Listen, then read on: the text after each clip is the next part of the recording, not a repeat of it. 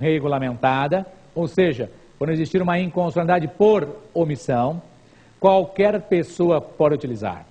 Até aí tudo bem? Importante. O mandado de injunção tem tudo a ver com a inconstitucionalidade por omissão. Não se esqueça disso. O mandado de injunção é utilizado quando estou diante de uma inconstitucionalidade por omissão. E o que é isso? Meus amigos, existe uma norma constitucional de eficácia limitada, não regulamentada. Ou seja, eu tenho um direito previsto na Constituição que depende de regulamentação e essa regulamentação não foi feita. Ok? Não foi feita a norma buscando a regulamentação?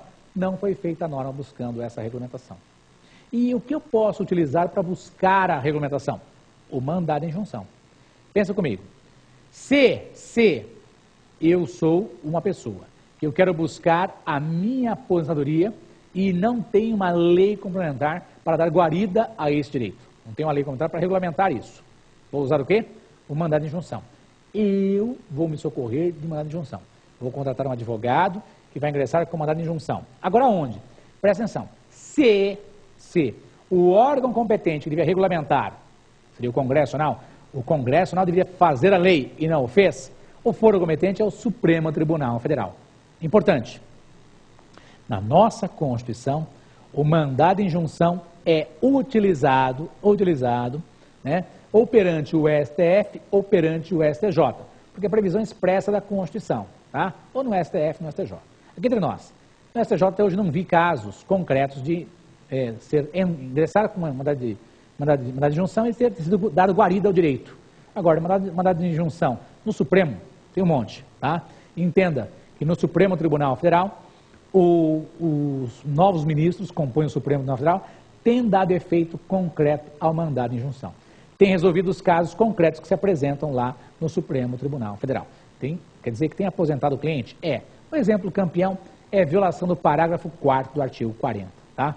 Os primeiros mandados de injunção que tiverem efeitos concretos, quer dizer, o Supremo resolvendo o caso concreto, tem a ver com essa questão de aposentadoria de servidores públicos que não tinham um tempo fictício, um tempo a mais por conta de atividade insalubre, perigosa, etc. Ok? Questão inteligente. Mandado de injunção, resuminho. É um remédio constitucional, faz parte do controle difuso de constitucionalidade, ele é usado para buscar a regulamentação de um direito previsto na Constituição que não foi regulamentado. E a nova composição do Supremo tem dado efeito concreto, tem resolvido o caso concreto. Questão inteligente. Vamos ver a próxima questão. Professor, pode ser modificada a Constituição por emenda constitucional de revisão? Muito bem. Quando se fala em emenda constitucional de revisão, é aquele mecanismo que era utilizado para modificar a Constituição, ok? E que tinha por fundamento o artigo 3º do ato das disposições constitucionais transitórias. Vou repetir. Emenda constitucional de revisão tem por fundamento, melhor dizendo, o artigo 3º do ato das disposições constitucionais transitórias. E o que se exigia para se poder utilizar uma emenda constitucional de revisão? Meus caros, exigia-se que a emenda constitucional de revisão só poderia ser feita após 5 anos da promulgação da Constituição. Só após 5 anos da promulgação poderia ser feita a emenda constitucional de revisão. Qual é a aprovação? A aprovação por maioria absoluta do Congresso Nacional em sessão unicameral. Aprovação por maioria absoluta do Congresso Nacional, ok? Maioria absoluta do Congresso Nacional em sessão unicameral. O que significa isso? Deputados federais e senadores em um mesmo plenário. Junto comigo. Meu amigo, foram feitas apenas 6 emendas constitucionais de revisão. E o Supremo Tribunal Federal afirmou que emenda constitucional de revisão seriam feitas apenas uma vez e esgotado, não poderiam ser mais utilizadas. Então, para nós, hoje, só posso modificar a Constituição de acordo com o artigo 60 da Constituição. Ou seja, através de emendas constitucionais. Só posso modificar a Constituição através de emendas constitucionais. Vamos diferenciar emenda constitucional de emenda constitucional de revisão? Importante. Emenda constitucional. O fundamento está no artigo 60 da Constituição. Quem pode propor uma emenda constitucional? Ou 1/3 da Câmara, ou 1/3 do Senado. Ou Presidente da República. Ou mais da metade das Assembleias Legislativas, manifestando-se cada uma delas pela maioria relativa de seus membros. Apresentada a PEC, a proposta de emenda constitucional, presta atenção, as PECs serão votadas com quórum de 3/5 em 2 turnos nas 2 casas. 3/5 em 2 turnos nas 2 casas do Congresso Nacional. Tivemos 4 votações, 2 na Câmara, 2 no Senado. E depois, haverá a promulgação pela mesa da Câmara e pela mesa do Senado, com o respectivo número de ordem. Promulgação pela mesa da Câmara e pela mesa do Senado, com o respectivo número de ordem. Após isso, vem a publicação, emenda constitucional número tal.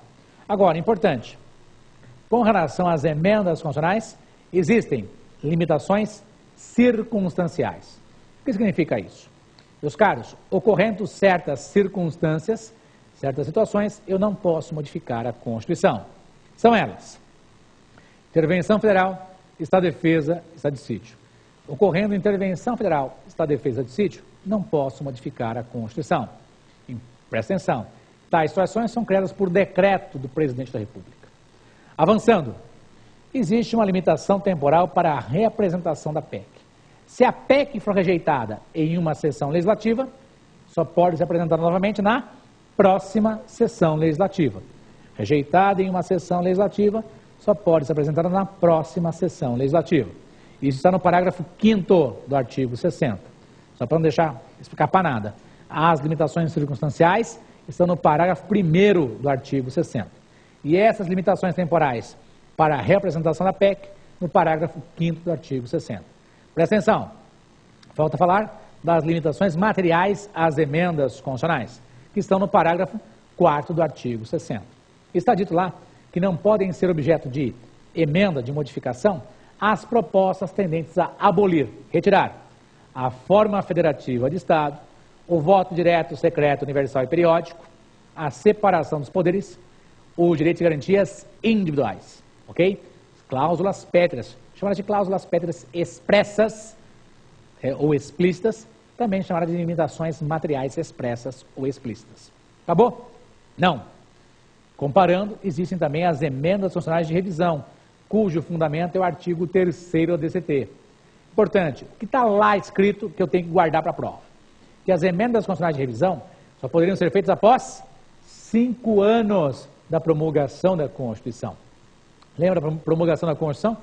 5 de outubro de 88, 88, 89, 90, 91, 92, 93. Só após 5 de 93 poderiam ser feitas as emendas constitucionais de revisão. A aprovação por maioria absoluta dos membros do Congresso Nacional. Maioria absoluta dos membros do Congresso Nacional. Ok? Importante para nós. As outras limitações seriam também vinculadas à emenda constitucional de revisão? A doutrina majoritária entende também que as limitações circunstanciais, temporais e também limitações materiais também estariam afetas às emendas constitucionais de revisão. Pergunta inteligente. Vamos ver agora a próxima pergunta, o que é que perguntaram para nós. Professor Erival, quais são as mais importantes diferenças entre mandado de injunção e ação direta de inconstitucionalidade por omissão? Muito bem, questão inteligente. Vamos comparar mandado de injunção com ADIM por omissão, também chamada de ADIM supridor da omissão. Bom, primeira coisa bem simples, né? Mandado de injunção é um remédio constitucional. Importante. A ação direta de inconstitucionalidade por omissão, ou ADIM por omissão, é uma ação do controle concentrado de constitucionalidade. Diferenças importantes. Tem mais? Tem. O mandado de injunção faz parte do controle difuso de constitucionalidade. Portanto, qualquer pessoa poderia utilizar. Tranquilo? Importante. A ADIM por omissão, abreviar para chamar ADIM por omissão, tá? Ou supridor de omissão, ADIM SO, ADIM PO, ADIM por omissão, ou ADIM supridor de omissão, só pode ser utilizada pelas pessoas do artigo 103 da Constituição.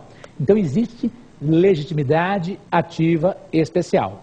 A ADIM por omissão são as pessoas do artigo 103 da Constituição. Acabou? Não. Meus amigos, o mandado de injunção, hoje ele tem efeito concreto. Ele consegue resolver o caso concreto. Consegue resolver o caso concreto. Você pedir para o seu cliente, pedir para o Supremo Tribunal Federal, para o Supremo aposentar seu cliente, ele vai aposentar. Efeito concreto. Aliás, uma das grandes e essenciais atividades do Supremo Tribunal Federal, ele está bem cogente, está realizando.